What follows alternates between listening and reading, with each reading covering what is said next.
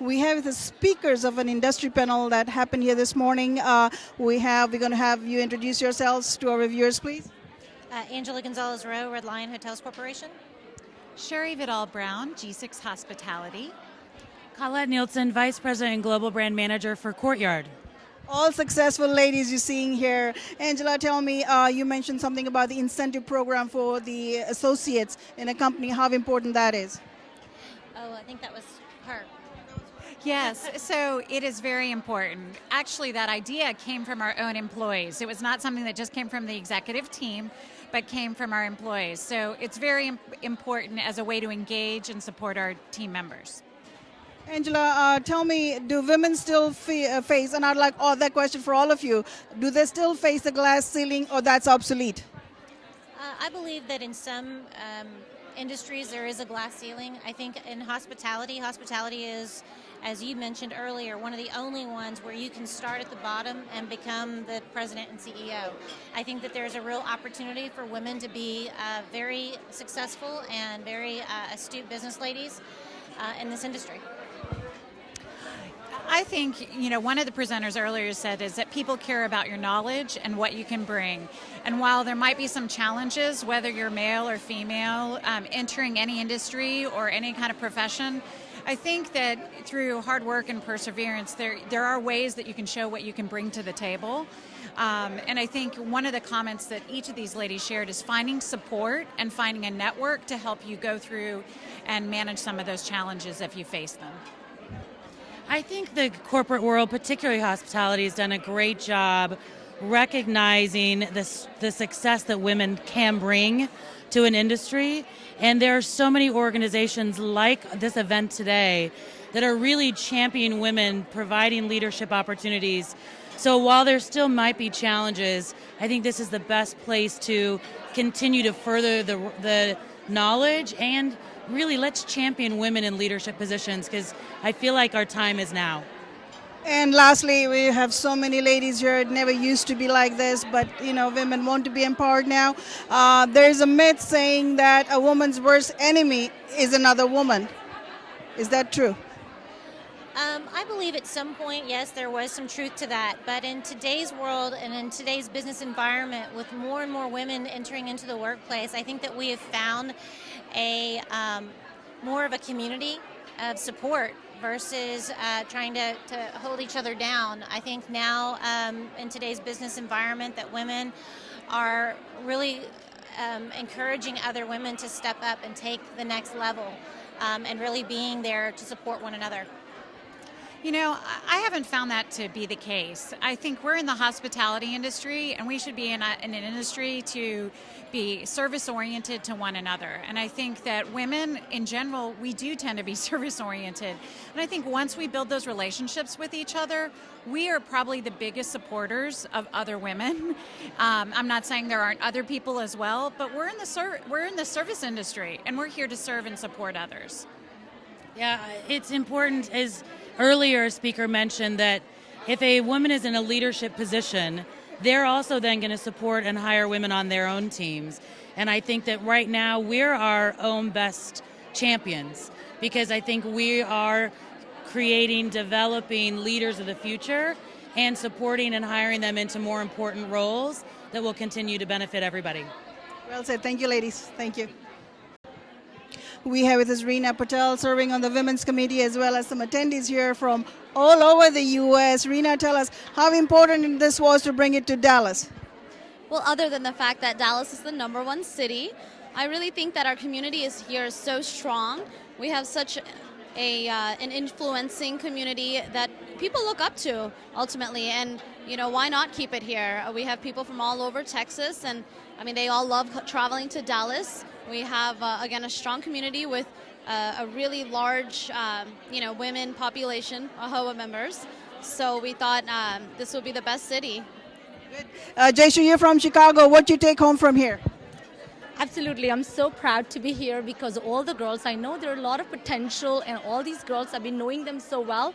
And just to see them here and getting encouraged by meeting each other. It's just amazing the tremendous amount of energy that you see here, that they're all together and sharing, understanding each other, learning. It's just amazing. I'm so proud that I am a lady and I am successful, but I want everybody to be successful, and it's so amazing to be here. Thank you.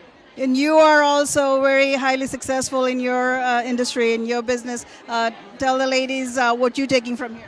Oh my God, all the energy, all the women around us, no matter what age you were, you're able to take home with so much information. And I think it's that vibe. We women, we need to empower each other and motivate each other to get to the next level and become confident as we are.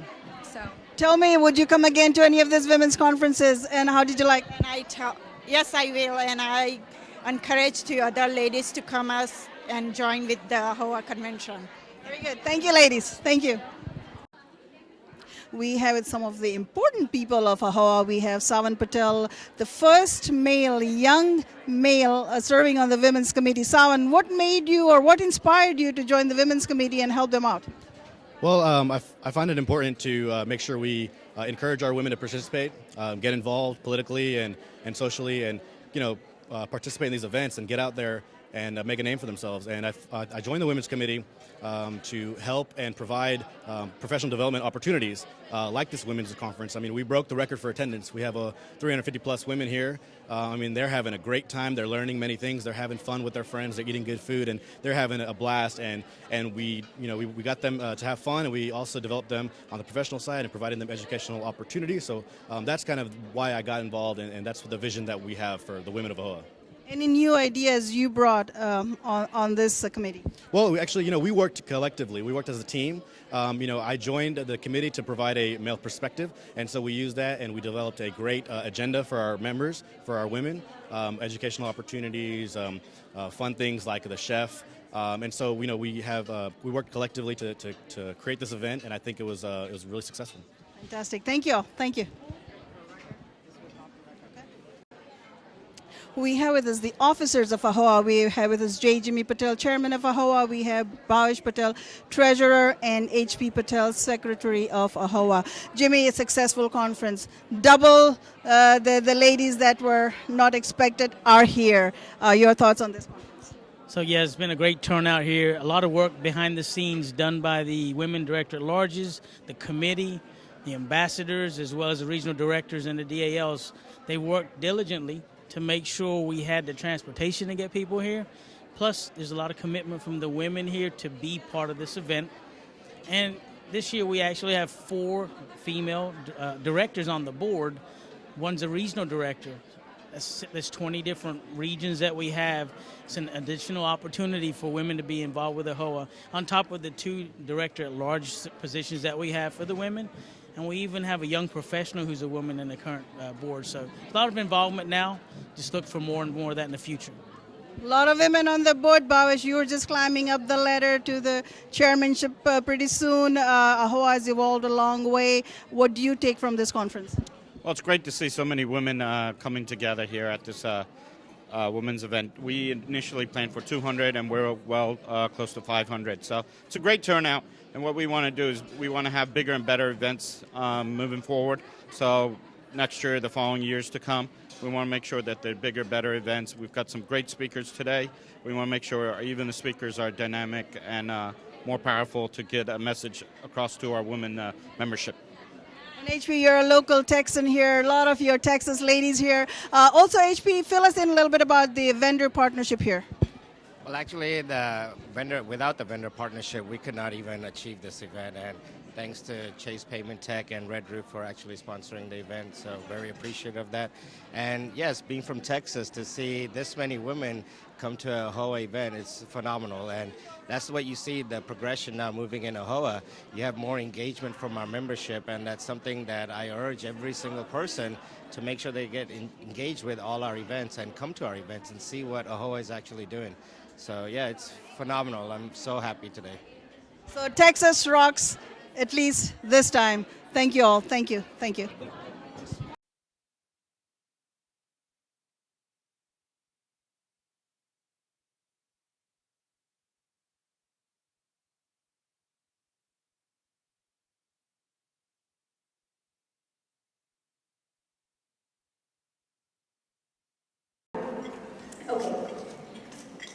Ready? Yes. Fantastic. We take the skewers. Now with the bamboo skewers, let's make sure that we soak the bamboo skewers at least overnight. Right? On a saute pan, it won't make so much of a difference, but if you're grilling this, it will make a lot of difference because then if you haven't soaked it, the wood is going to burn. Right? Now, if you want to completely skip oil, you can just put it on a foil.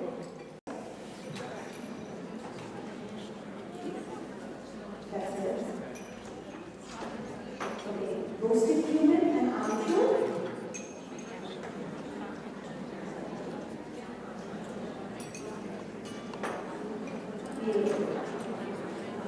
Okay, let's go ahead.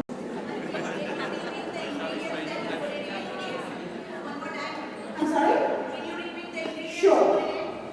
Red chili powder, sugar, salt, roasted cumin powder, and amchur. And amchur is a dried raw mango powder. Let's put some ginger and some jalapeno. And I will chop up some. One of my favorite things to add in a chop is pomegranate, right? Pomegranate is there is a burst of sweetness, there is a little bit of toughness, there is texture.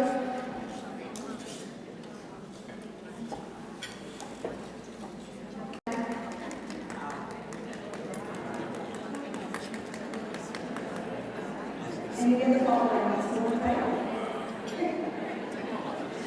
And you will try it.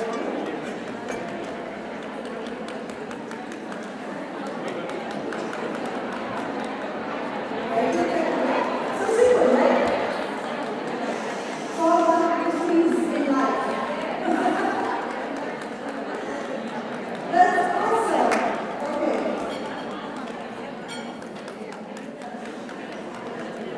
Now let's mix it, let's taste it, and let's plate it.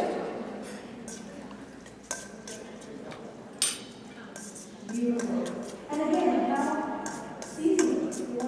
You want to get some squash in there, you want to get your favorite vegetables, get your favorite fruits. We were making this with the peach when we were getting these gorgeous Georgian peaches from Georgia in Nashville, and it just makes it so beautiful. So, shall we try it? What do you think? I think it needs a little bit more salt and a little bit more chili. Yes.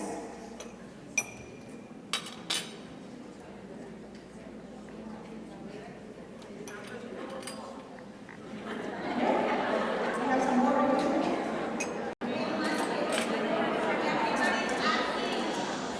Did you make enough because they want to try so they can go home and make it for their husband? No, this is strategy.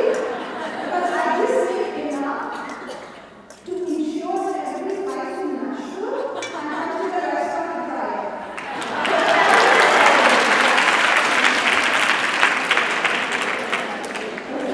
Looks good. So let's go.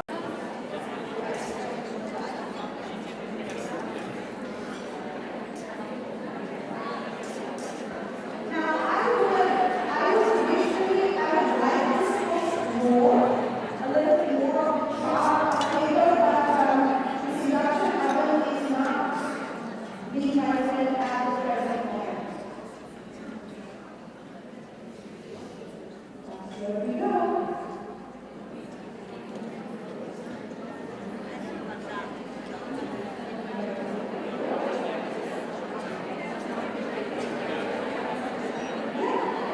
It's as simple as that.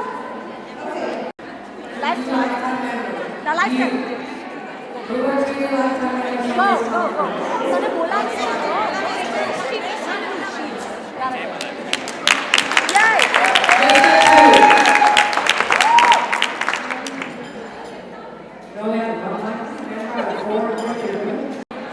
Ready, set.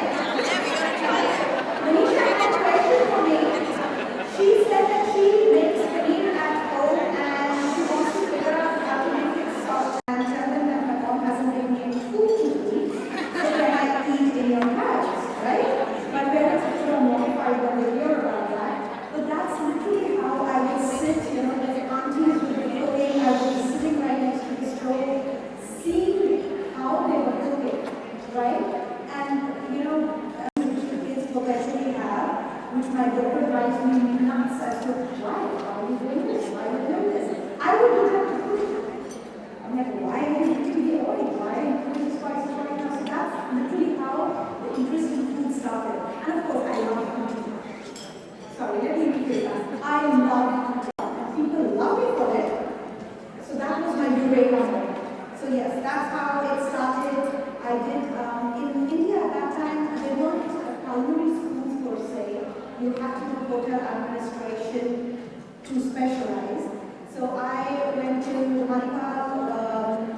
welcome new graduate school of Hotel Administration. From there, I was the best institute in the world to go to when we said the CIA, which is the primary institute in America for anything more interesting. And that was basically What's some of the challenges that you face getting into the business, especially in America, especially as a woman? And what can you give advice to the ladies in the room, to overcome the barriers that might be presented to achieve the success that you knew that you were going to achieve? I think the first thing is to love what you are doing, right? Yes, there is always the perception. I know that when people see this, they never think of friendship, right? And when I started my career, I always wanted to be a pastry chef. Because in India, at that time, pastries were so exotic, right? It wasn't a learning over there, so that's why I came to CIA to do my baking pastry arts. And somewhere along the way, I was the only Indian on campus for 18 months. And somewhere along the way, one of my friends were like, oh, let's try Indian food. I'm like, yeah, fantastic, let's try Indian food. We go to eat Indian food, and after the first bite, I take, I'm like, this is not Indian food, right? That's literally where the passion for giving Indian food its true credit started, right? And in a way, I realized that this is, to sell the fact that I do Indian food, right, or Indian-inspired food, is a much easier sell than tomorrow me going and saying that I'm a French chef. It is the reality of life, right? You create your niche, and then you work it. I mean, it's, as all of you, each and every industry takes a lot of hard work, right? And opportunities. There are opportunities which come in front of you. A lot of us feel like, it's all right, we'll figure it out later. No, each and every opportunity, no matter how small or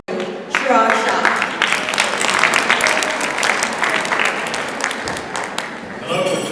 Yep, show. Good afternoon. All right, first and foremost, I want to thank John Rickman and Tina Ben for inviting me to come down to Dallas and to join you all at the Women's Conference.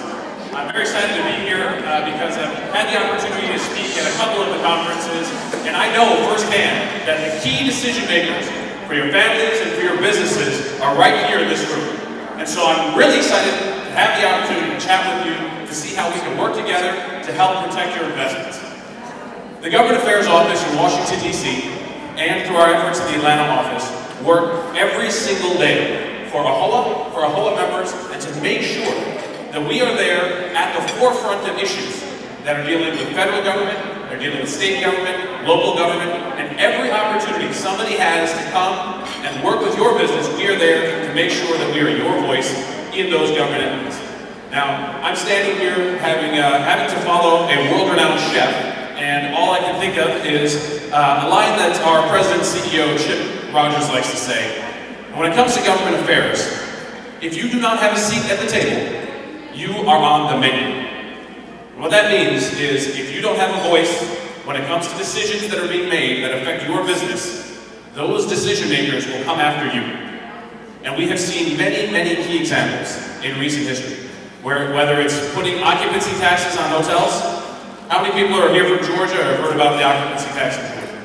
$5 a night, regardless, we have some folks, $5 a night. Regardless of the size of the hotel, regardless of the ADR, they're coming after you because hoteliers do not have a strong enough voice. We've seen this in the federal government with healthcare mandates. We've seen this in state governments with taxes. We've seen this in local governments where there are police officers that are camping out in your hotel lobbies looking to make you feel uncomfortable. I know there are a lot of folks that have had those issues and conversations. So our job as the AAHOA Government Affairs Office is to come and to make sure that we're listening to you and the challenges that you face so that we can work together to overcome those challenges. Now, about 2.5 years ago, because of the vision of Memlevai from right here in Dallas, we opened a Washington, D.C. office.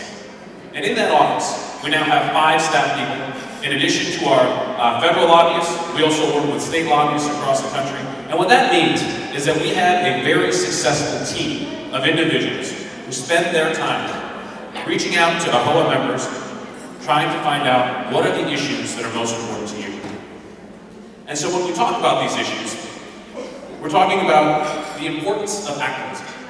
Now, how many folks here in this room read the newspaper this week?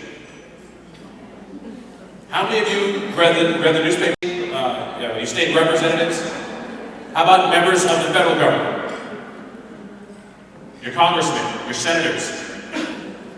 These are the most important things that you can do to understand what is going on in your world as business owners, but more importantly as community leaders. One of the things that we don't see, or we don't really understand fully the value and the power of AAHOA members in the local communities.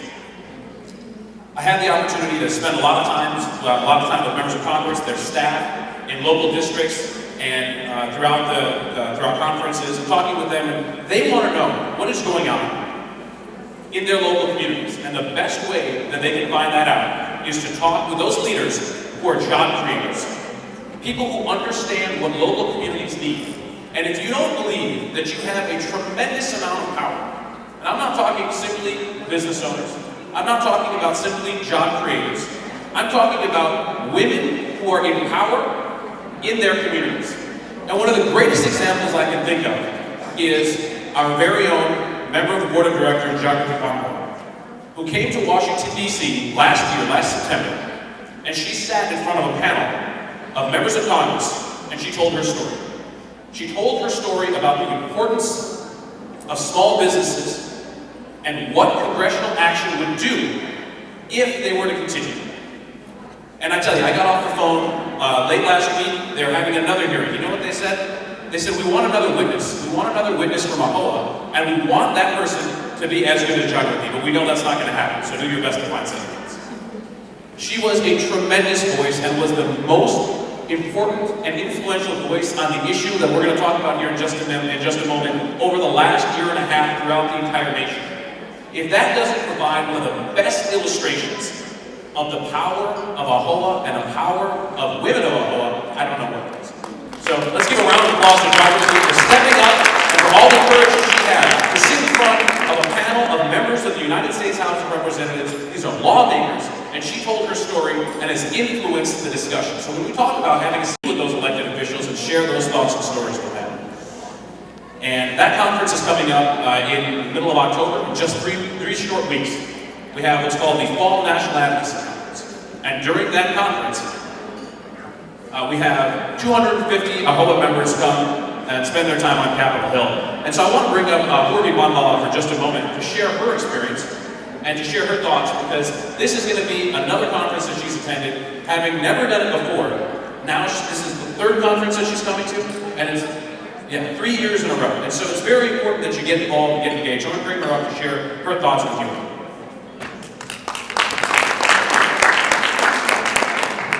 Okay, so I know everyone here works their butt off every single day. Am I right? Yeah. That's right. And the reason I'm so passionate about going to DC, I had no idea what I was getting myself into.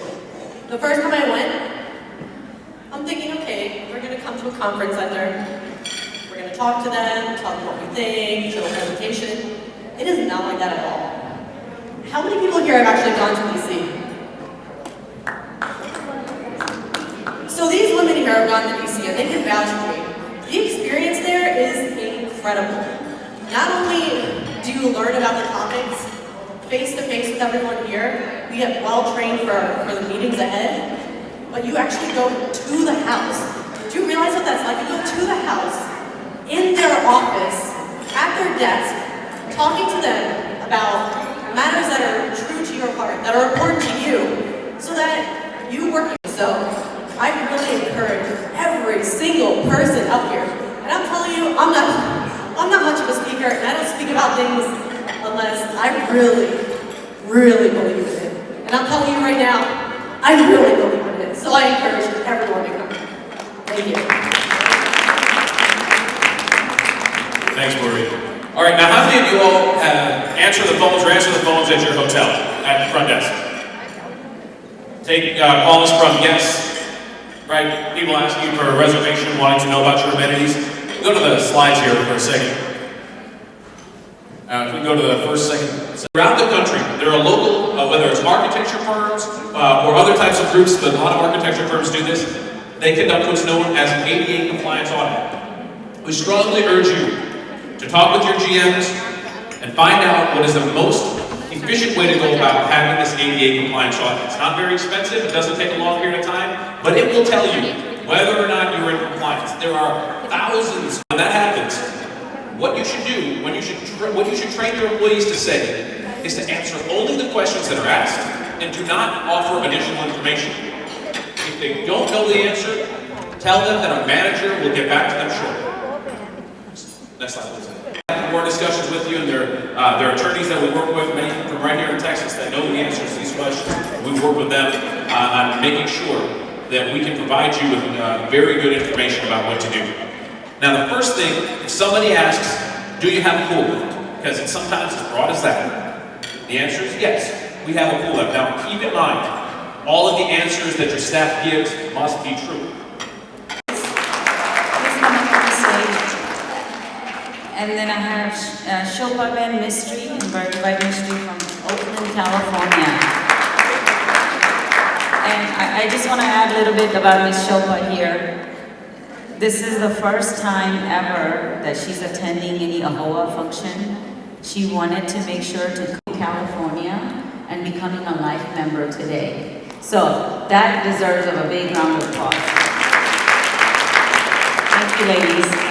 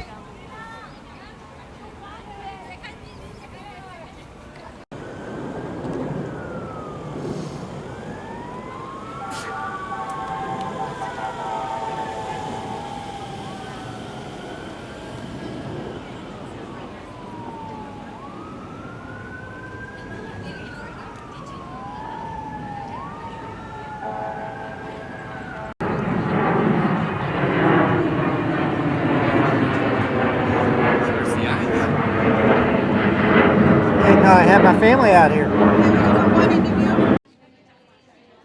Hello viewers, this is Nalini Raja. We hope you enjoyed this special of the AAHOA Women's Conference in Dallas, Texas. We hope you enjoyed watching it as we enjoyed covering it. Again, this is Nalini Raja signing off for TV Asia. Hello viewers, this is Nalini Raja reporting from Dallas, Texas. We are here at the AAHOA Women's Conference at the beautiful Courtyard Marriott at DFW Airport. In this special, you will watch a lot of keynote speakers, industry experts, a lot of entertainment, a lot of Indian cuisine, and a lot of lovely ladies enjoying this conference. We hope you enjoy this special on the AAHOA Women's Conference. Again, this is Nalini Raja from Dallas, Texas. Well, we hope you enjoyed watching this special as we enjoyed covering it. This is Nalini Raja signing off for TV Asia. Well, we're going to get the concluding remarks from these female AAHOA board members who work tirelessly and selflessly to make this event a success. We have Dina Patel, Jagrati Panwala, and Komal Tina Patel. Dina, you're first. What's the feedback from the ladies, and what do you think of this event? We had an amazing turnout. So everybody, the agenda was set to, make sure that our ladies are going to be educated. And we had an amazing feedback. They all loved it. They were very engaged and, excited for the next event. So they're very looking forward to our next event. Perfect, Jagrati. And tell me about your membership and any new members that you made here. As Dina just mentioned, the agenda was perfect, and one of our initiative also for the female members to actually become members instead of just coming to the event as a non-members. We did have a 4 lifetime membership today, which is great. So we're just really asking all the women, when you're attending this event, get involved, but also show your commitment, and the way to show your commitment is to becoming a member. But we've had a great agenda and a great event and a great feedback today. And we have Tina, you're going to announce another exciting event for AAHOA? Yes, so after this successful event here, the next event we're hosting is in Houston, Texas. It's going to be the Independent Hotelier Mini Convention. We're having it November 4th and November 5th. The agenda is full of education. We have a independent membership saying that AAHOA needs to do something for the independent hotels, and this is the first AAHOA mini convention that AAHOA is hosting in Houston. So I look forward to seeing you all in Houston. Fantastic. Thank you, ladies. Thank you. Month-end reports. We still put our month-end reports in envelopes and put them in they stay here at the hotel. We have electronic versions up at the office, but don't let that seem like it's not important. A year or 2 from now, the state comptroller calls you and says, we need to do an audit. We need to get all of your records. That right there could cost you thousands and thousands of dollars if you haven't properly archived everything, and it's not really easy to find. So my 2 pitfalls: hire qualified accountants and archive your data properly. Don't discount the need for being able to get your information as quickly as possible and accurately.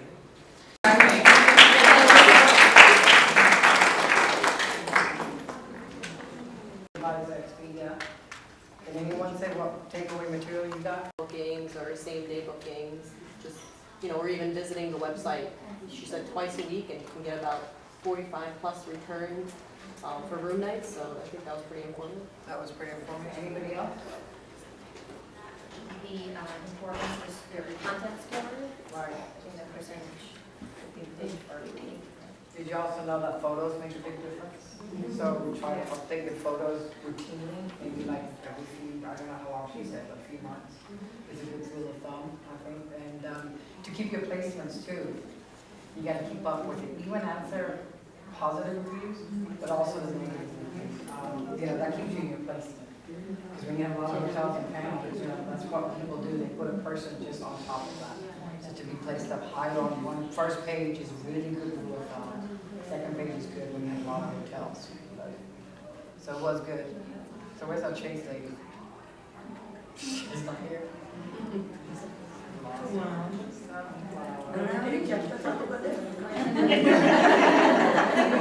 am I doing? When I was a teenager, I knew what my life was. I wanted to get married, I wanted to have 2 children, I wanted to live in a nice house with 2 cars, and I wanted to see my mom every single day. Here I was in Phoenix.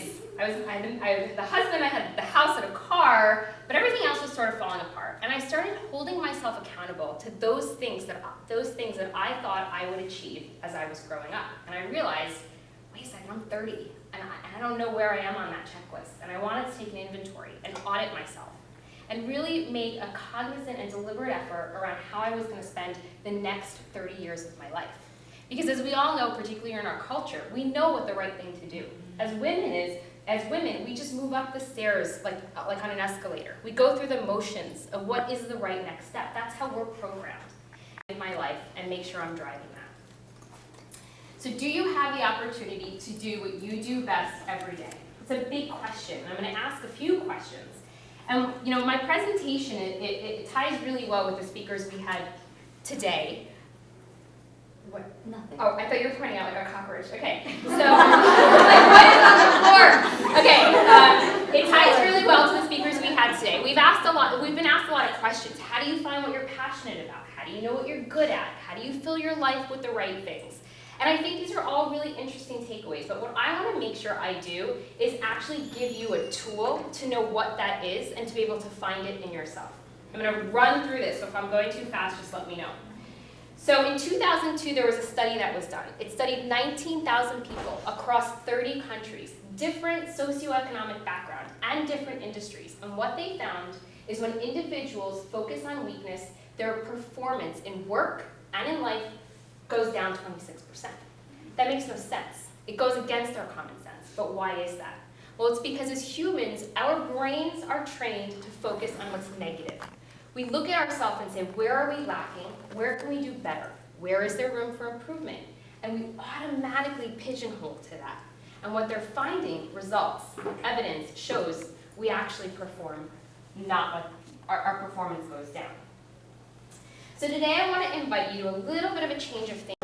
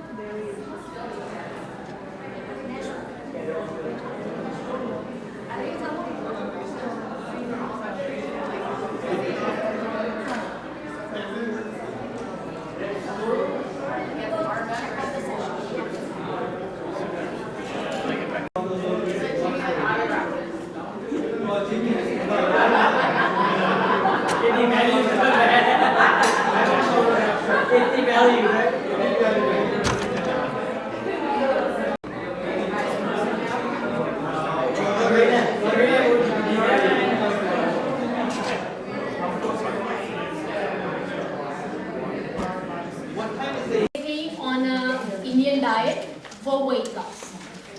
My focus is not just the weight loss. See, my focus is to get you eating healthier. So when you do that, the results will be weight loss. It's impossible for you not to have these results if you follow this. Today I chose a vegetarian diet because I know majority are 90% vegetarian here. So I think we're your doctor. It will help you reduce the blood pressure and blood sugar in your diet, in your body. Indians are the highest risk for cardiovascular disease. I cannot emphasize it enough. It used to be just men. We're coming up there. And that's a problem. That means women, ladies who are apple shaped, who store a lot of fat around here, and someone who's laughing, you're actually lucky because you're less susceptible to cardiovascular disease. So that's actually a good news. So I want to tell you that. So don't hate me. All right. What is the current diet?